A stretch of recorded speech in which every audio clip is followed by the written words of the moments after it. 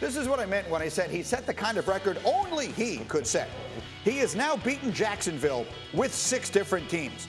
According to Elias, he is the only quarterback to beat a single opponent while playing on 6 different franchises. And one of the things as we were leading into this game, we were wondering if they had fallen to 0-3 and lost last night as Mark Sanchez and Rob Ninkovich join us here this morning. My football crew is ready to go, and Ryan Clark will join us a little later. One of the questions that we wondered was, would it be time to go to Tua if they didn't play well last night? Well, Fitzpatrick is playing well and they get the win. So Mark Sanchez, you cover the college game, you watch the transition, you were a rookie quarterback starting your very first NFL game.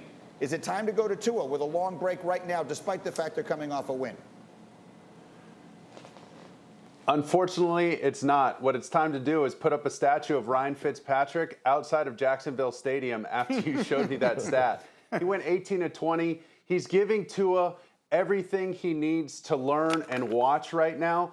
Don't mess with that. He was 18-20, had 2 touchdowns. He rushed for a touchdown with 8 different targets. This is the stuff that Tua needs to see and watch and then eventually emulate and inculcate in himself and then show it on the field later on. But as long as you can keep him in the oven, let him heal from that hip injury and let him watch and learn. Rob Ninkovich, I know you have a good relationship with the coach in Miami. What is your sense of what's going on down there? Yeah, look, B-Flow, me and B-Flow have a great relationship. We talk often, and you have a guy, you have Tua, who is the future in Miami. And look, coming off an injury, the NFL and football in general, when you're a quarterback, it's all about confidence. If you put your quarterback out there too early, especially your future, and something happens to him and he goes down, then where are all the questions going to? They're going to be flow on, well, why did he go out there so soon? You have Fitzpatrick. He can learn underneath the veteran. So for me at this point, I think he's in a perfect spot backing up Fitzpatrick. You're continuing to learn the offense. You're gaining confidence. And you're healing still. He just came off a terrible injury. You don't want to push him out there too fast. He didn't have a preseason. He didn't really have a normal camp. So why push him out there too soon?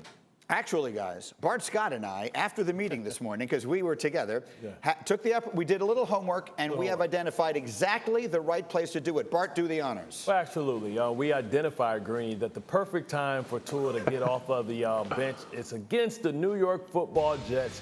On week 12, they play the Jets week 10. Then they have a bye week, Mark. You know what that's about. Getting a bye week, get the kid inside of the room and get him used to the plays that he wants. You want to do it later during the season. Fitzmagic understands that this is the time that he's a tutor. He's a guy that's going to teach him all about the nuance of Chan Gailey's deep offense. And then this would be a perfect time because, listen, they play the Jets twice in 2 weeks, 3 weeks, and it'd be the perfect time to come off the snide and be able to try and figure things out. It's homecoming game. You want to give them a soft landing? There's no softer landing in the NFL right now than the New York Football Jets. Yes. And it pains me to say that. It pains the two of us to say it, but it is the reality. And it's not just because it's the Jets. I hope that was clear to everybody.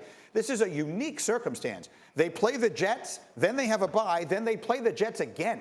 So you could do the scouting, you could have the 2 weeks to prepare him, and then he play the Jets and Bengals in back-to-back weeks. That's our prediction. That is when Tua will get his first start. Thank you for watching ESPN on YouTube. For live streaming sports and premium content, subscribe to ESPN+.